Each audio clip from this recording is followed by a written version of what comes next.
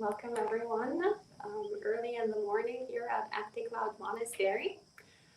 It's good to see you, old friends and new friends, coming here for the Uposatha. So you're probably all wondering, what is the Uposatha? Or some of you are actually here for the Uposatha and you were looking forward to the Uposatha. So just a few words of why we're gathered here today. So since the time of the Buddha, every 2 weeks, on the new moon day and on the full moon day, Buddhists all around the world gather together to take refuge in the Buddha and practice the 8 precepts. So normally, as lay people, one would take the 5 precepts and hopefully commit to practicing them all the time and renewing the vows whenever things go a little bit less than optimally. When one downgrades to the 4 or the 3 or the 2, hopefully not the 0, but so renewing them periodically. And then in certain times, then taking the 8 precepts. And those will be times when one goes on retreat, or definitely during the Uposatha. So for example, in Sri Lanka, it's actually a national holiday. So like everything will be closed and people will go to the temple and practice Sila, Samadhi, and Panya. So it's a great opportunity to purify our conduct and purify our mind at the same time. And so obviously, in order to do any type of meditation practice for it to be successful, meditation practice are some really good seeds that will, hopefully become, little seedlings and then strong trees in the future that will last for quite some time. But in order to plant the seed, we need to have a good fertile soil.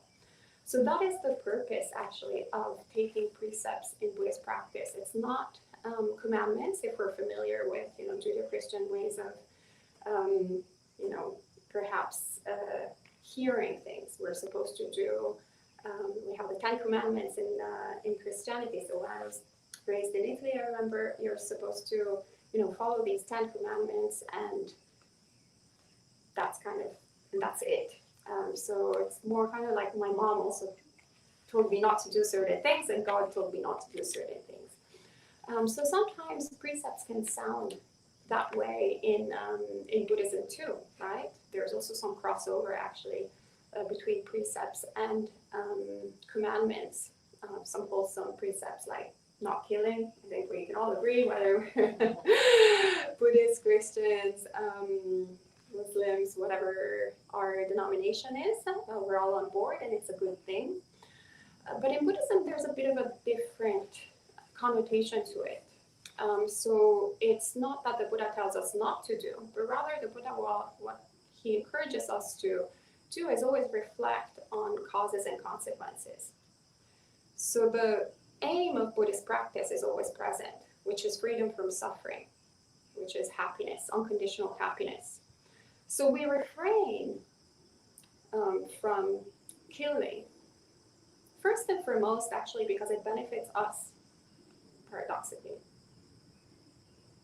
It's not that it benefits others, although that's also a really good thing, but actually, we are the first ones who benefit from it. We're the first ones who have a peaceful and happy mind by refraining from killing. And that's why actually we also expand it not only to humans, which is kind of common decency, but also to all different types of sentient beings, all different insects and whatnot. So we take that both as a training rule and as a rule that basically is conducive to happiness, of instant peace. The more we train our mind to not harm sentient beings, the more happy we are, and the more compassionate we are, and the more we actually want to be in this mind. We're like, oh, this is kind of a nice place to be in, instead of depressed mind, an unhappy mind, guilty mind, lots of different unwholesome states that can come, an irritated mind. And when we get into the habit, for example, of killing mosquitoes, we're constantly there. This mosquito, oh dear, how can I exterminate them all? If we have an ant infestation, we can spend so many hours and days trying to get rid of those ants and killing them, and then creating new conditions for other insects to come in, because actually the ants were taking care of eating those other insects. So it's basically a life spent killing, spent on irritation, spent on distress. So there are precepts that bring to instant peace, and then there are precepts that are a little bit we can't see immediately their benefit, but when we take them from time to time, we can see how they actually create conditions for us to train the mind and to really let go on an experiential level, not on an intellectual level. Sometimes when we're meditating, we're like, let go, let go, let go. But we're not really capable of letting go of anything. And that's why it's good to, take some sort of resolutions, vows, so that then we can actually empower ourselves to let go. So this, for example, is the precept of not eating after noon, or eating at the appropriate time, actually. So in the Theravada tradition, we interpret that to be after solar noon, since the time of the Buddha. Monastics don't eat, so we are only allowed to eat from dawn to solar noon. And of course, there's nothing immoral to have dinner, right? We're not going to go all to hell because we've had dinner. That's not the point. But the point is to create conditions to practice renunciation. Conditions to let go. Conditions to be, okay, I'm a little bit hungry. Is it the end of the world? I'm actually okay. Right now I can't eat while everybody's eating around me. Can I be okay with that? Of course I can. So, kind of lowering the bar of our expectations. We tend to think that we're only going to be happy if we meet X, Y, and Z. And by the way, even when we meet X, Y, and Z, then we start a new alphabet: alpha, beta, gamma, delta. Right? Like it's endless. There's never we can never reach the bar of our conditional happiness. So with Buddhist practice, we try to do the opposite. We lower the bar. How can I be happy with less things? Is this necessary? Not really. Outside of the window. Is this necessary? No. Outside of the window. Is this necessary? No. Outside of the window. And I'm like, oh, that's great.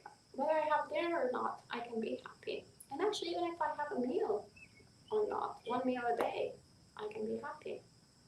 Yesterday, we went on alms round, and actually, the very beginning here at the monastery, some lovely people came to offer food. But when we went at the market, after an hour that we were there, nobody was giving us food. And I was like, oh, it's very interesting. Are you okay with that? Yeah, of course. We went to South Orange once to go on alms round there, not at the market, and we didn't get one single thing. And actually, I kind of loved it because it was a great opportunity the whole time to practice metta. So to see different people coming by, passing by, and to wish for them to be happy, healthy, and peaceful without wanting anything in return, and being okay with it, being okay with not having the meal for the day. So it was, it's okay.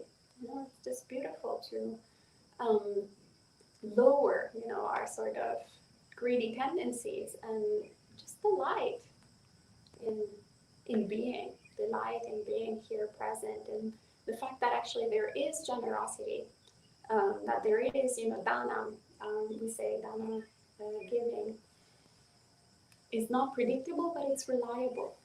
So even if, a day or 2 or 3, nobody offers food, then at a certain point food will magically appear. This has been the lesson that I learned running Buddhist Insights for 6 years. And at the very beginning, there were no Asian Buddhists coming to our retreat center or temple in Rockaway Beach. So, usually people say like, yeah, only, Asian Buddhists are um, practice dana. And actually, it's not true. As Ajahn Chah said, when he sent the disciples, Western disciples, to the West, and they were like, no, it's impossible to have a Buddhist temple in the West. Nobody is Buddhist. Nobody will go and feed the monks. And Ajahn Chah was like, are you saying that there are no generous people in the West? And it's so interesting because we can get very kind of fixated and narrow-minded. And yeah, perhaps it's a little bit more difficult to start, offering everything without a price tag in a place that is not used to that. But yeah, actually, generosity is something that we're all capable of doing. Generosity is something that is present in every single culture. So it's not really that one place is more generous than other, or one group of people is more generous than the other group of people, but it's rather what are the conditions that we're putting together in order to allow others to practice generosity. And what conditions are we putting in place in order for ourselves, first and foremost, can practice generosity and kindness. So this is another incredibly valuable element of taking the precepts. As monastics, for example, not to handle money. So incredibly impractical. Or of not, taking anything that is not offered to us. Incredibly impractical. But it's such a gift that the Buddha has given us as an inheritance so that we can create the conditions for ourselves to be generous, for ourselves to go to town and be okay whether people are offering food to us or not. Be okay with people coming to practice with us without thinking, has Rich paid his members' dues this month? What about Sheridan? I think he's 3 months late. Maybe we should deny the entrance, or all of these kind of ideas. Keeping an accounted book of what is the exchange. We have a product and we put it in the marketplace, and some people acquire it. So we just remove that. It's very interesting. Once you stop handling money, that equation completely disappears from your mind, because it's not, you see it actually as paper, as something that really you can't use. So more money, more problems. So less money, less problems. And also for people to come to the temple. Very interesting, right? I remember when I first went to the Sri Lankan temple, when I went to Bhavana Society, nobody was asking me for anything. It's very, very beautiful. I mean, I was also kind of used to it, because in Italy, in church, there's not really like there's not an entry fee. But definitely there was a different flavor of it. Like creating those conditions for the mind to go, oh, how can I support the monastic sangha? Oh, how can I bring food to the monastic sangha? How can I be of help here? And these are all conditions for wholesome mind states to happen in your mind. Because it's so much easier to, get $20 bill and, hand it on, okay, done deal. I go to work, then I make money, and I go shopping here, and then I go shopping for spirituality, and I go shopping for material goods. Like, we tend to be very utilitarian with things. But when that is, an option to a certain degree, of course it's an option, and of course people make monetary donations, otherwise this place wouldn't be here and it wouldn't survive. But there's also so many other different contributions and donations that one does. And the system is built in that way by the Buddha. thanks to all these precepts, in order for us to develop wholesome mind states. And in order for us to remove greed, hatred, and delusion, in order for us to have less expectations from others, because when we pay for things, for example, we have a big sort of like, well, I didn't really like the room where I stayed, or I didn't really like the food, and what about, there was no dinner, these people are stingy, right? We can start putting the itemizing, and we're like, maybe minus 30% for the poor service. Or like they didn't start on time, these people. Yeah. So we just remove all of that, and we actually create conditions to appreciate even the little that we get, if we get anything at all. So whether we have robes or we don't have robes, there's always an opportunity to develop wholesome mind states. And so getting back to the Uposatha is a day where we can, fully actually practice the 8 precepts and fully dedicate ourselves to the whole Noble Eightfold Path in the way that the Buddha has taught it to us. And, sometimes it can be very overwhelming to think, okay, I can't really practice as a lay person the 8 precepts. I have a hard time with 5 precepts, definitely 8 precepts every day. It's like, a little bit too much. And of course, it is actually a little bit too much if someone is a lay person, unless they're a resident of the monastery, then they have no option. We make their lives easier. Yeah, no option. And you just practice renunciation. You let go. Choice is not happiness sometimes. But for one day, taking one day out of our busy lives to practice the 8 precepts and purify the mind, that's totally feasible. Come on, everybody can do it, right? And so the Buddha actually encourages us on the Uposatha to really reflect on each one of the precepts that we're taking, and reflect how that, for one day, we're actually behaving like the Arahants. So the Arahants, for their entire state of being, they do not kill. They do not kill any sentient being, whether it's human or non-human even. Whether it's an animal, subtle or gross, they don't have that instinct of killing anymore. So in the same way, we're practicing like an enlightened being whenever we restrain from killing. Then we take the precept of not stealing, of not taking actually what is not giving. And an enlightened being will never take what is not offered to them. So in the same way, you come to the monastery here, everything has been offered, and if it's not offered, you wait until it's offered. And it's a beautiful way of being, of learning to respect the boundaries,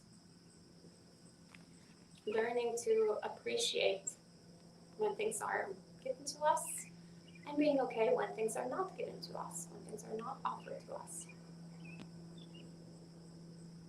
And in the same way, we can recollect, an enlightened being never takes anything that is not offered to him. Beautiful, I'm practicing like an enlightened being.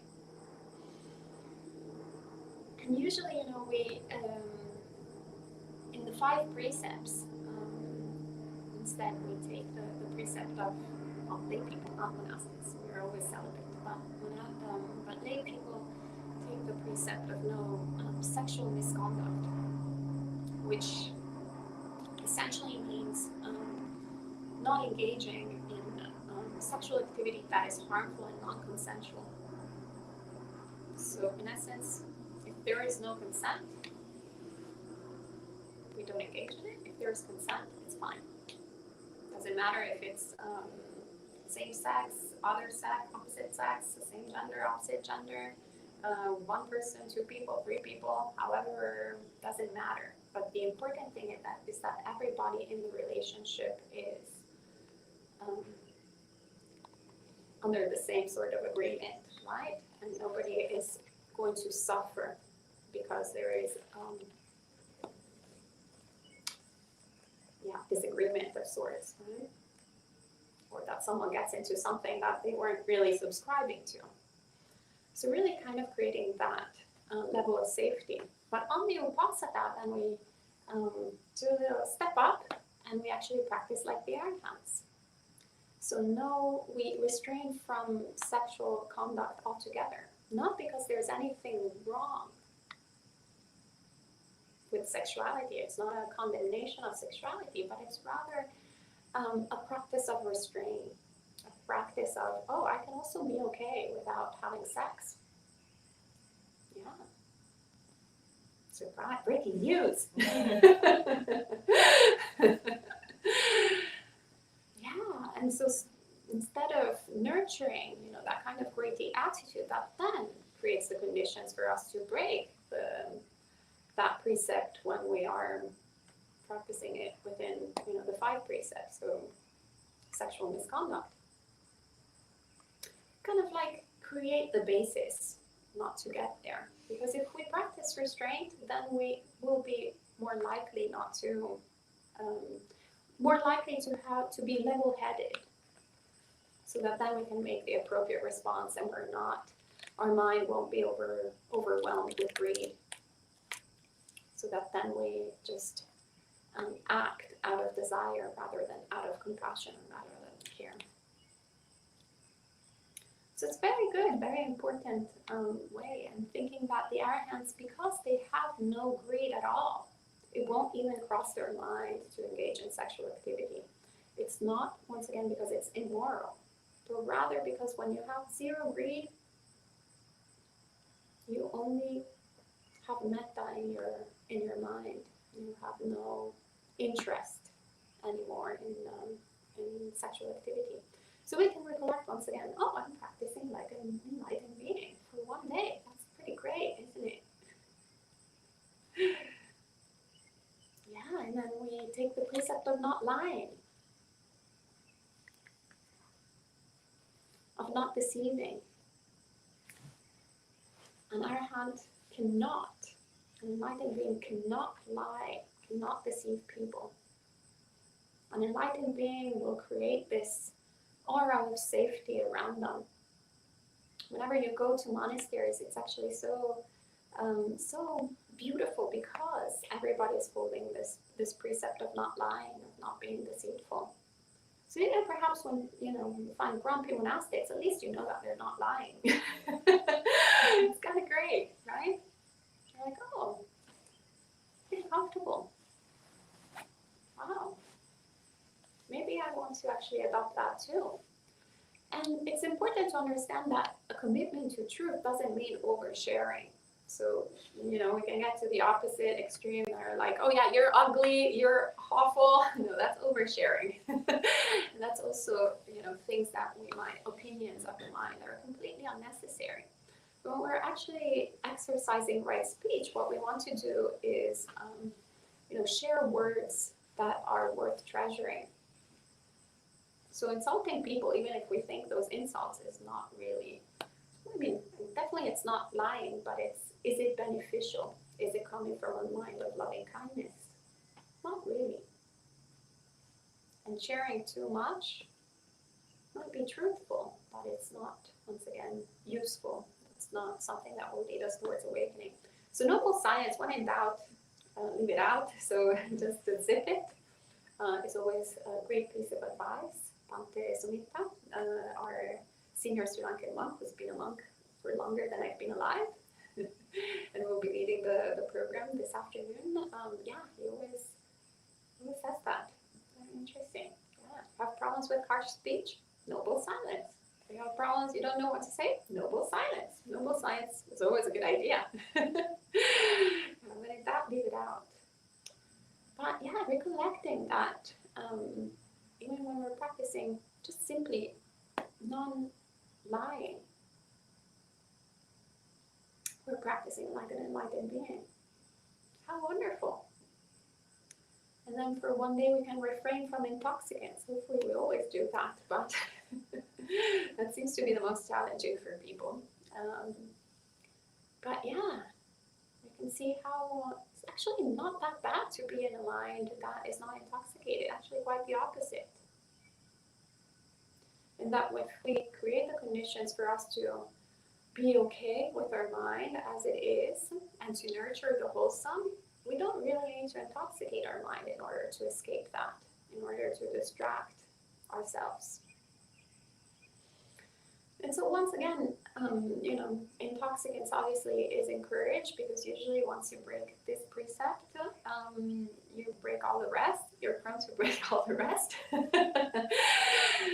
There is a direct correlation between intoxicants and lots of sexual misconduct, killing, and so forth. So yeah, that kind of makes life much easier. But also, of course, if we are practicing, meditation practice, if we're trying to establish mindfulness, well, we do a bit of meditation, one step forward, and then we drink a bunch of beer, 5 steps backwards. So it makes life a little bit more difficult. Interestingly enough, that's how I stopped using intoxicants. It was before I took formally the precepts. I was very much into meditation practice, and I started really observing how the mind was very much affected by any type of substance, really. And so if I wanted to develop a clear, sharp mind that was conducive to happiness, then yeah, it was really harmful to drink.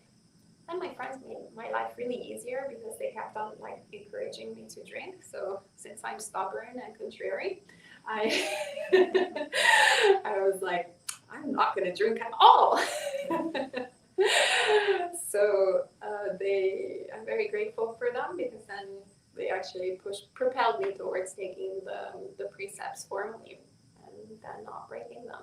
So thank you all, friends, from my previous life in this life. So yeah, you have to be contrarian sometimes. It's very good.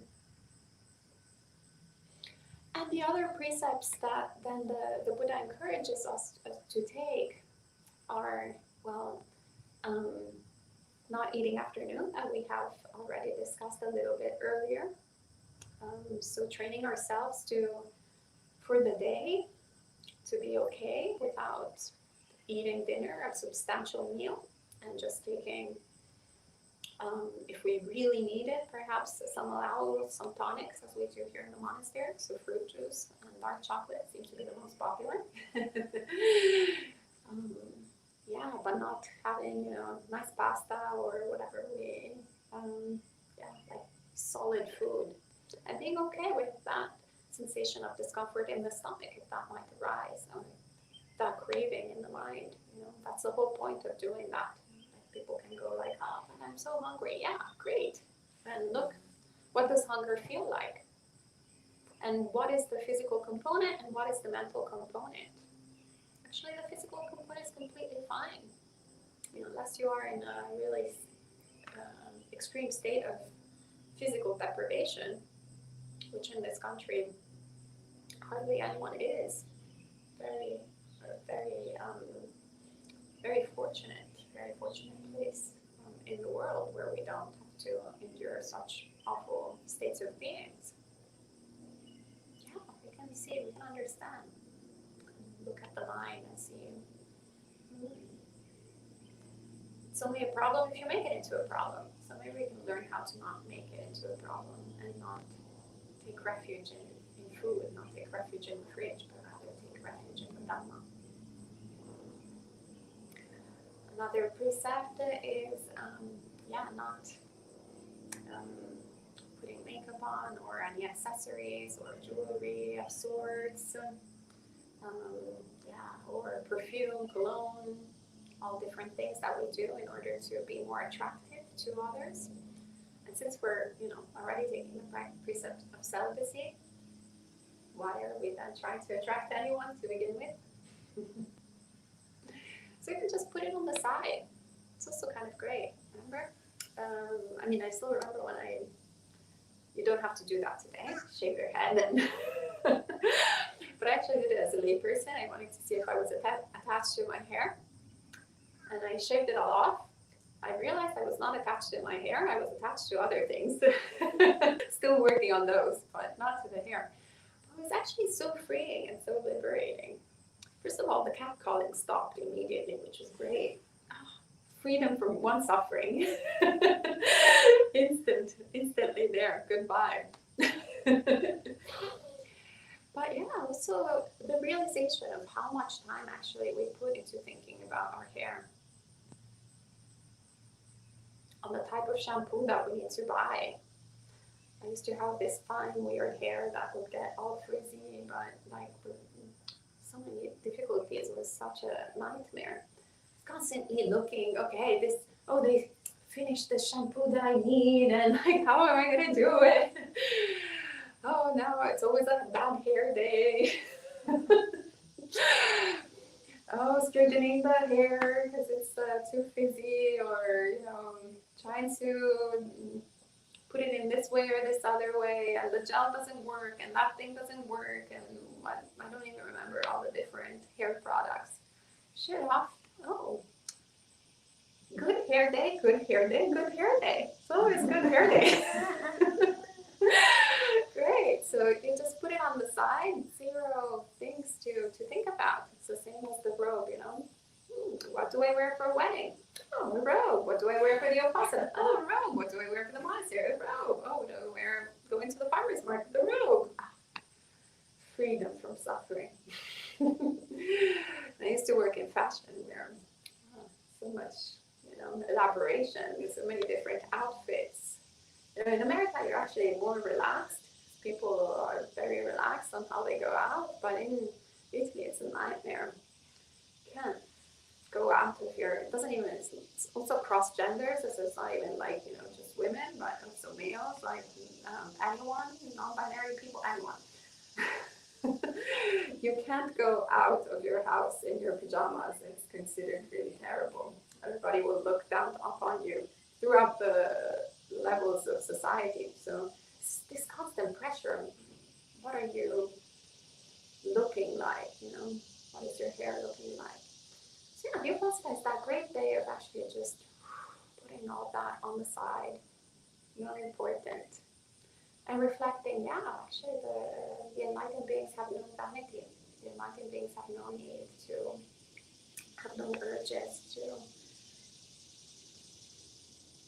spend time in thinking about what they look like for others. Yeah, there's none of that. So we're practicing like the enlightened beings. That's great.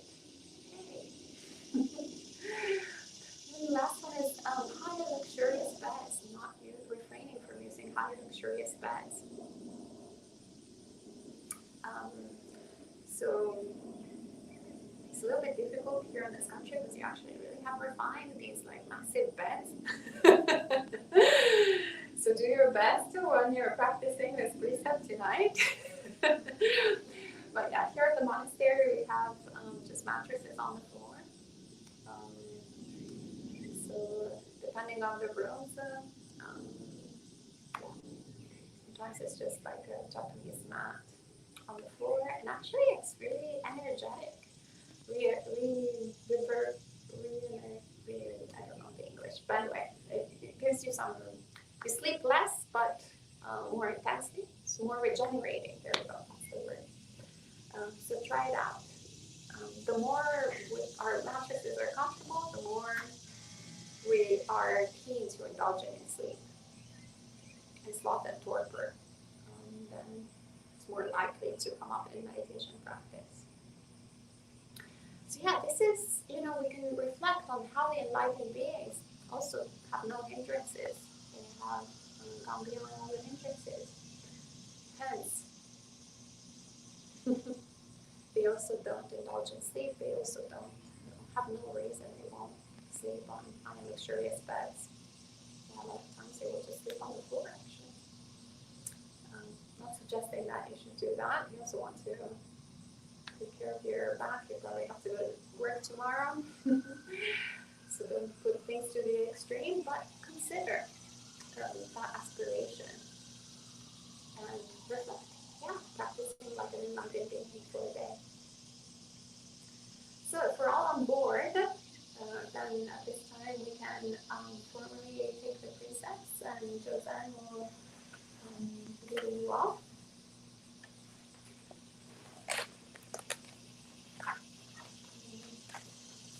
133 for those who have a book.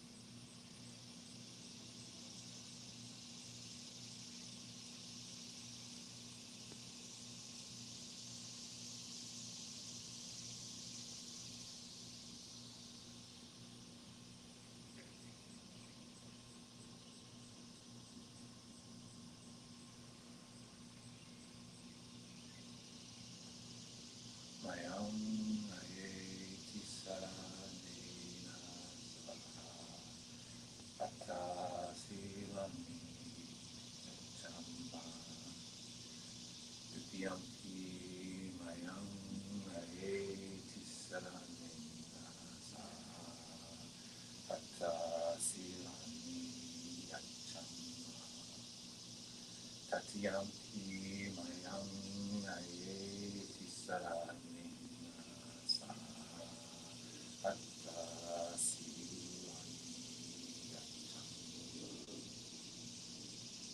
You can repeat after me. Namo tassa bhagavato arahato samma sambuddhassa. Namo tassa bhagavato arahato samma sambuddhassa. Namo tassa bhagavato arahato samma sambuddhassa. Namo tassa bhagavato arahato samma sambuddhassa. Namo tassa bhagavato arahato samma sambuddhassa. Namo tassa bhagavato arahato samma sambuddhassa. Buddham saranam gacchami, Dhammam saranam gacchami, Sangham saranam gacchami. Buddham saranam gacchami, Dhammam saranam gacchami, Sangham saranam gacchami. Dutiyampi Buddham saranam gacchami, Dutiyampi Dhammam saranam gacchami, Dutiyampi Sangham saranam gacchami. Dutiyampi Buddham saranam gacchami, Dutiyampi Dhammam saranam gacchami, Dutiyampi Sangham saranam gacchami.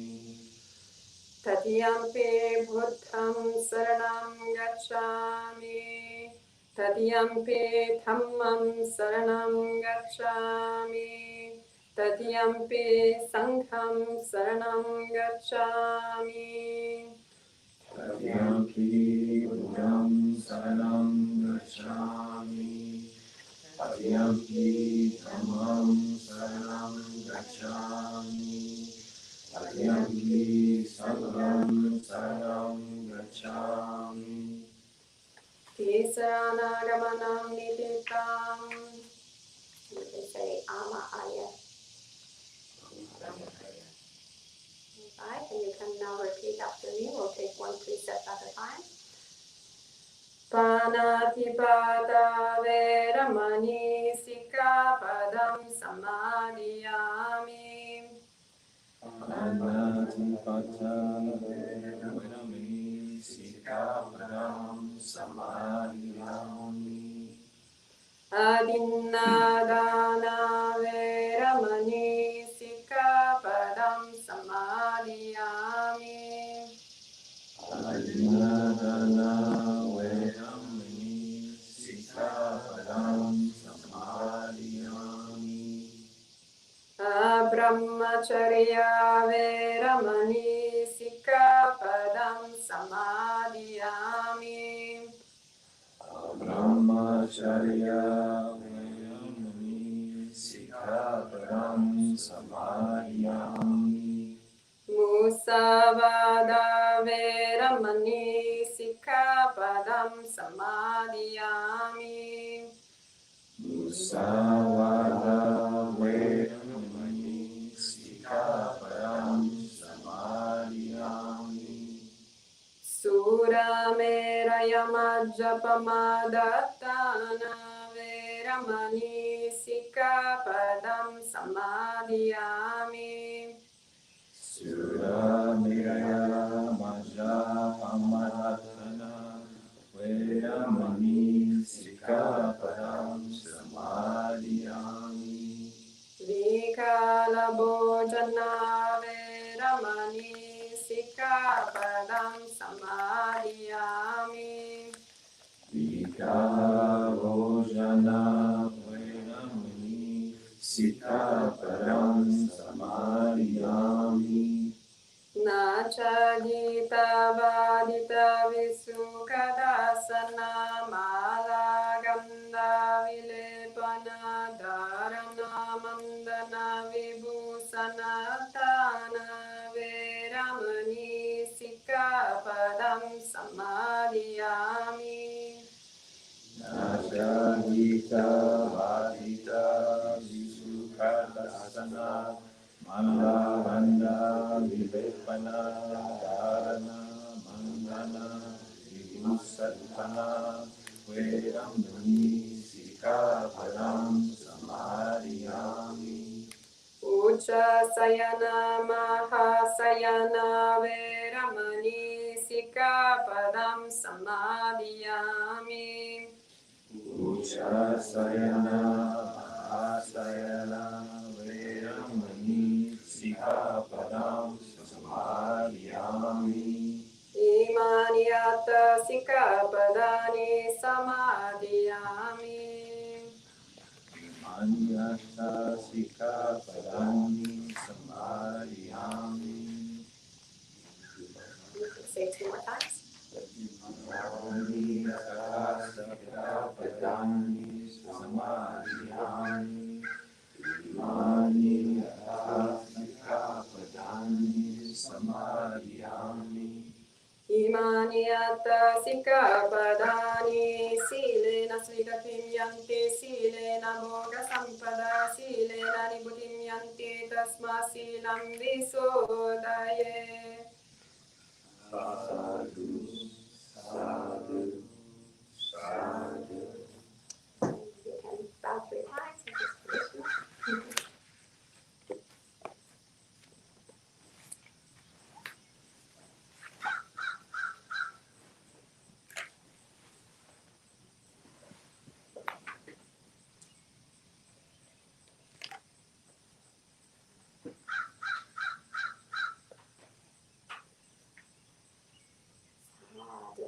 So we're officially Buddhist, in case you didn't know. So now maybe it's the time to do some meditation practice where we can actually recollect our own virtue. We can recollect the Buddha, the Dhamma, and the Sangha. So the incredible qualities of the Buddha, the incredible qualities of the Dhamma, and the incredible qualities of the Sangha that we have just taken refuge in. And the teachings and the precepts that are purifying our minds, and that we've been here for about like an hour now, and we've been already practicing the 8 precepts. So you can reflect your own goodness. Wow, for 1 hour I've been practicing the 8 precepts. Been already without any effort. I was already, like an arahat. So I don't have a clock, so that would be a little bit challenging to. Thank you so much. So as soon as I get a clock, we can make sure not to get you to meditate for 8 hours straight, or for you to think that I'm. That's usually what happens, right? When we start meditating, then we're like, oh, the person probably fell asleep, the leader when she ringing that bell. So to avoid all those thoughts, I'm going to get a clock.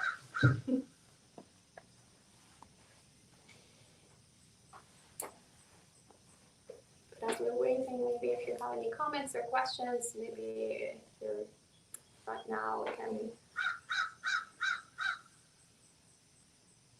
this translation of this interpretation of the 8 precepts on the website? Because I find it excellent, really. Oh, I'm glad to hear. I don't think we have anything on the website. It's a sort of impromptu talk. We could. Did I take a picture of it? Yes. The 8 precepts, though, is actually on the website. Yeah, so the chanting sheet of taking the precepts, yes. The description is whatever was coming to mind. Thank you very much, Joseph. So usually in the tradition that I guess I'm somewhat trained in, that's probably the right way to say it. Yeah, we are encouraged not to prepare talks in advance, just to kind of speak from the heart, whatever comes to mind. So that's fun. And a related question, so with intoxicants you put in entertainment, and that's not traditional, it's not all. Oh, modern, entertainment right? actually is part of one of the precepts, not of intoxicants. Although I like your connection with it very much, actually, especially these days, in the way that we have all these actually Netflix. social media and Netflix. Yeah, it's really intoxicating. It's designed to be intoxicating, so it's more than just going to a concert or engaging in entertainment and sort of what was being the case for most human history these days. Yeah, those machines they're very intoxicating. So thank you for highlighting that. Yeah, so I'd like to look at it. Thank you. Sure. All right, so we can at this point do some meditation practice and then talk a little bit more afterwards if anybody has any questions.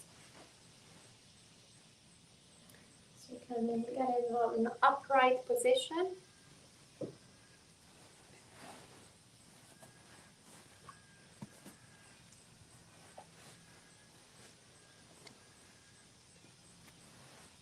Take a few deep breaths.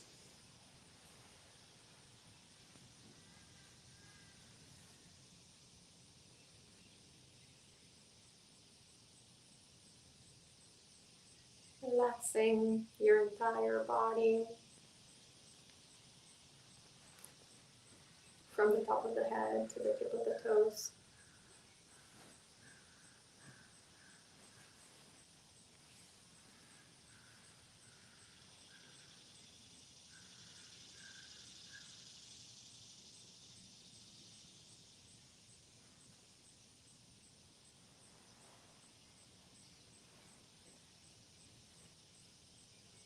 Releasing any tension or tightness that you might find throughout the body, perhaps in the throat, with the belly.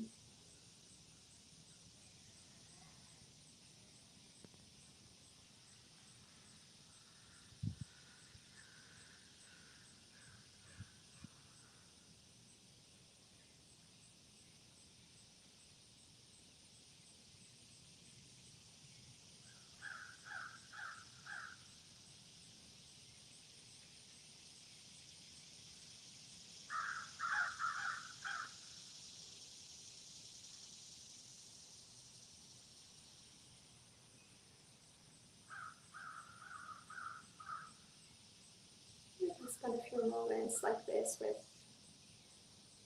pure relaxation, just being with the body,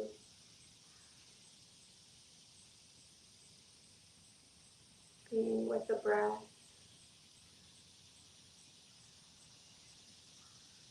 letting go of any thoughts or plans or ideas.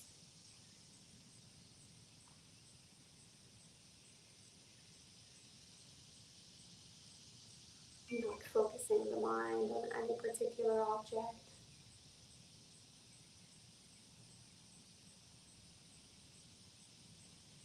Just allowing ourselves to be here, just sitting.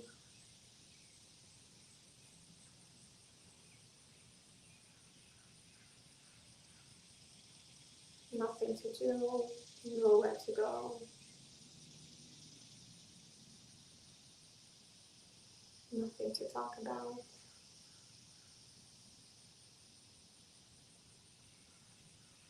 Nothing to plan.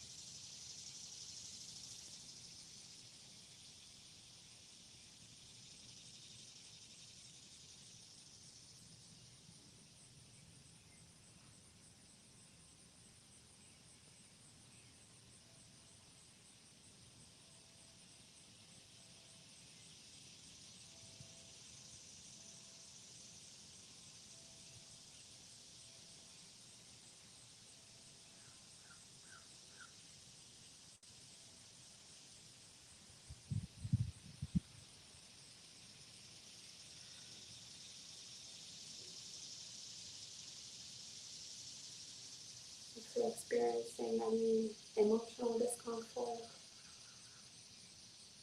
you don't need to block it out. You don't need to let it out. You can just let things be.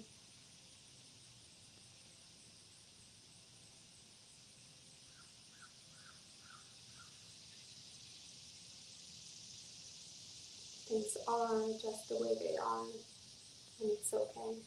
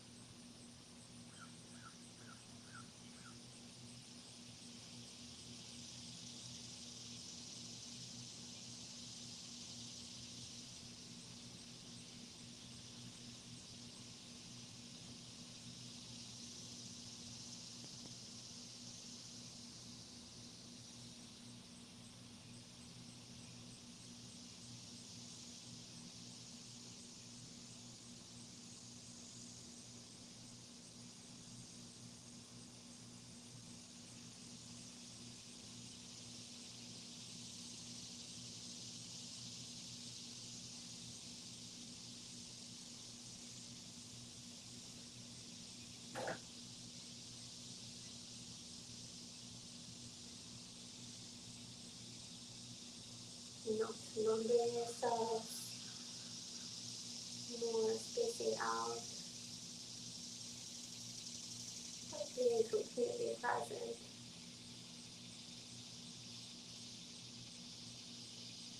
Present with all the different sensations, cool breeze on our skin,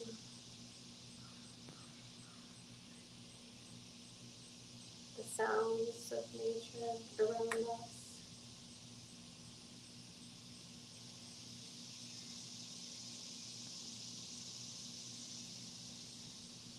The softness and hardness of the cushion.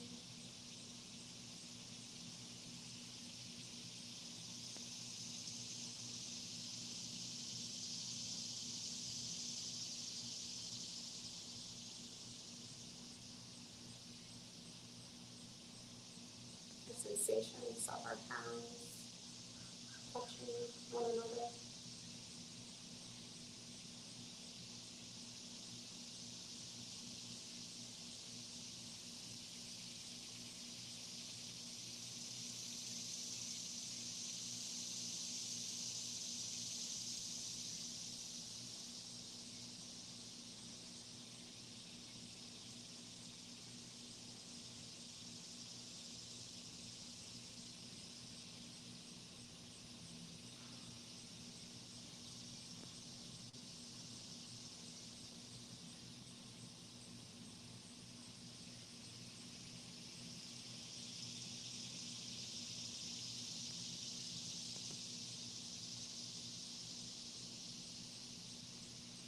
And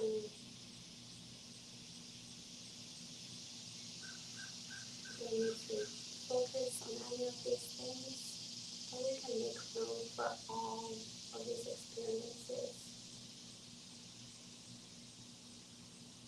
Be present with them.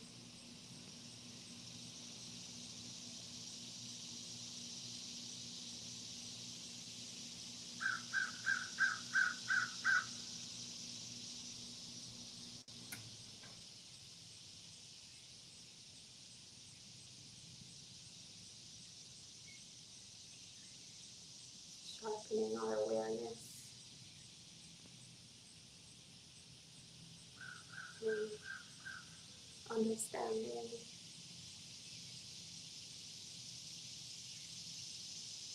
of the present moment.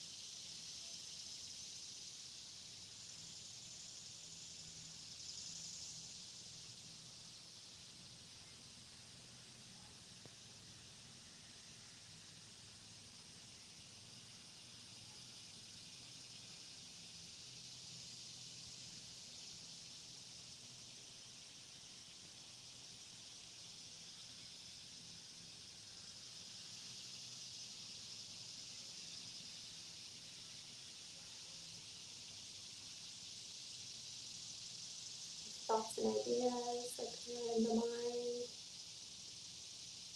It's okay, we can just let them appear and disappear on their own, like clouds in the sky. We don't have to get involved with them. We don't have to force for them to leave.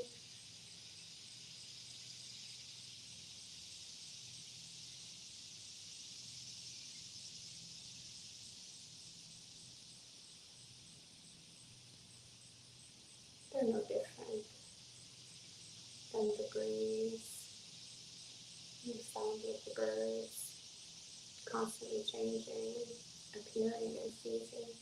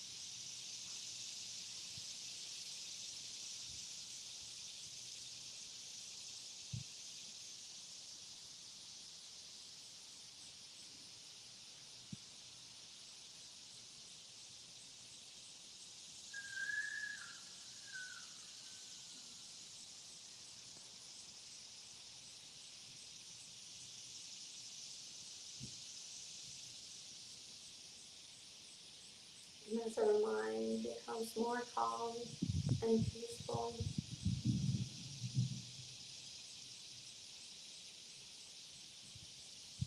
we can reflect how this happiness and peacefulness is always accessible to us. We just need to put the right causes and conditions in place.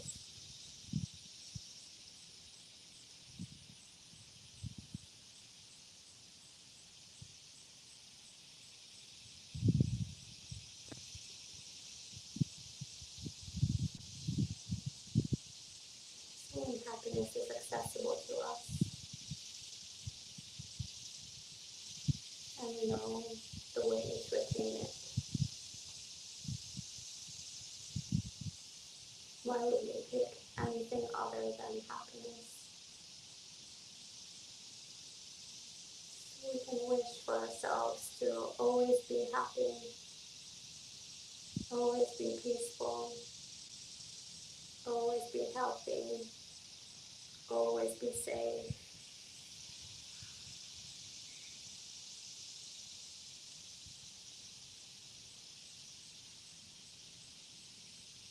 May I be happy. May I be healthy. May I be safe.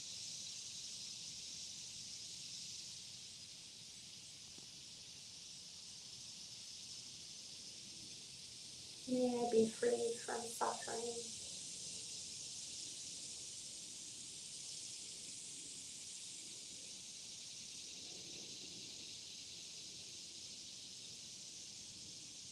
May I be free from greed, hatred, and delusion.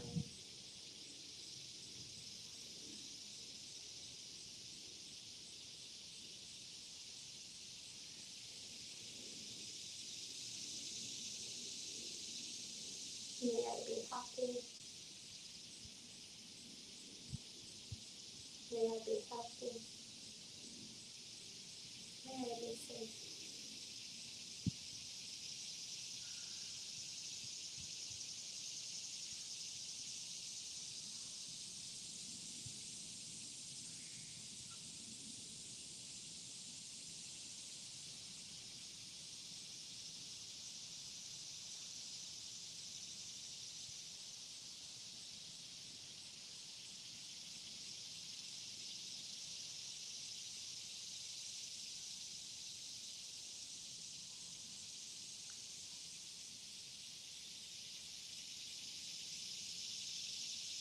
May I attain unconditional happiness for the benefit of myself and others.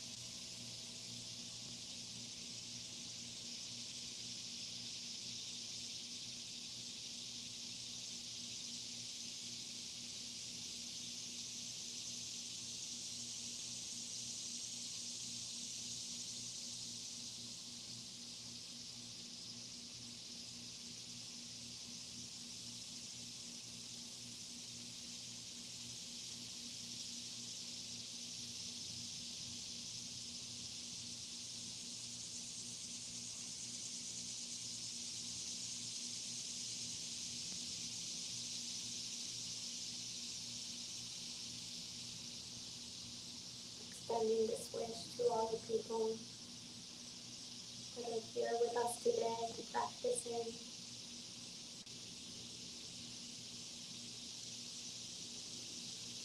May we all be happy. healthy, and peaceful.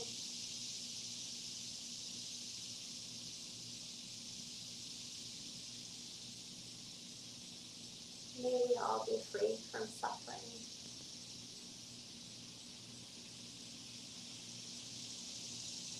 Free from greed, hatred, and illusion.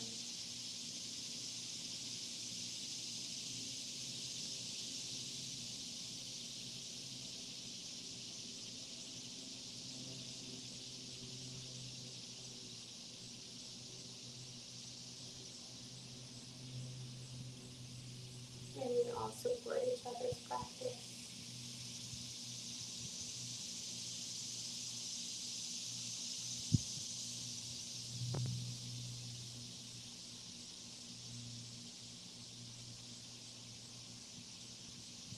Walking the path together in harmony.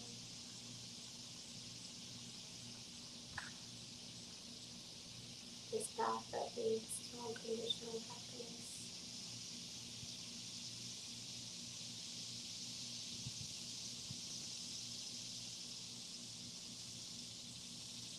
May we be happy. May we be healthy. May we be safe.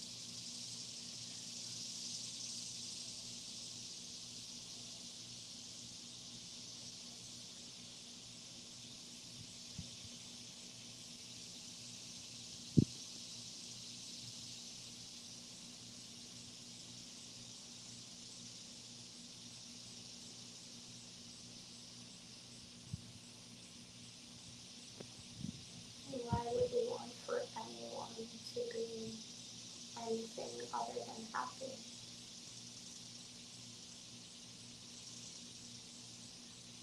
Reflecting thus, we can extend this wish to all sentient beings.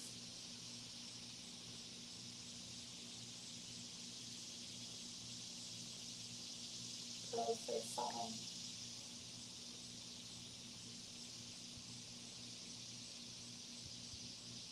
Realizing that nobody wants to suffer. May all beings be happy. May all beings be healthy. May all beings be safe.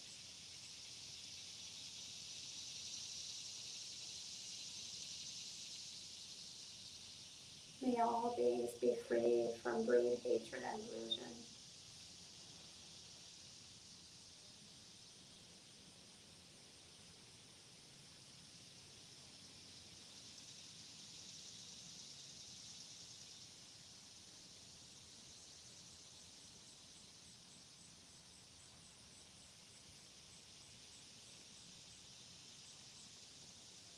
May all beings attain unconditional happiness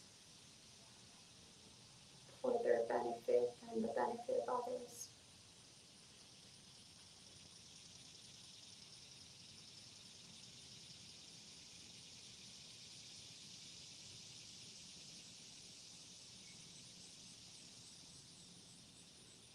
May all beings swiftly attain blissful nirvana.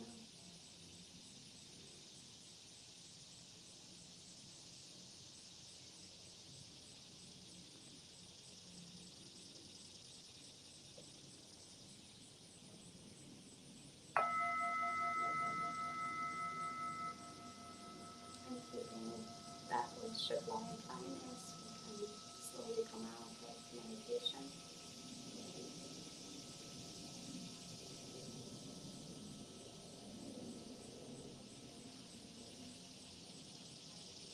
And we can stretch our body if we need to.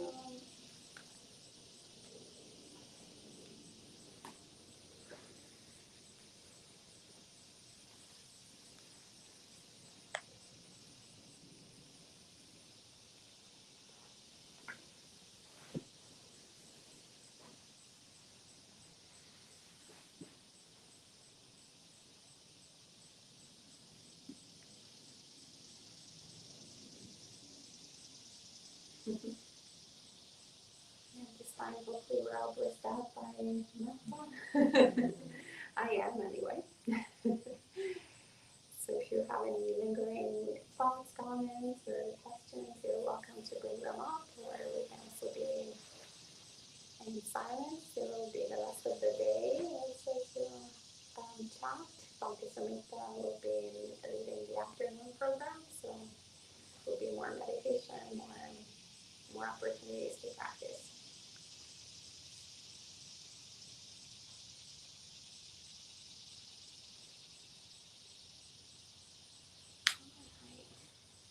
Okay, so you can end it here and get ready for people to provide with food offerings. Okay.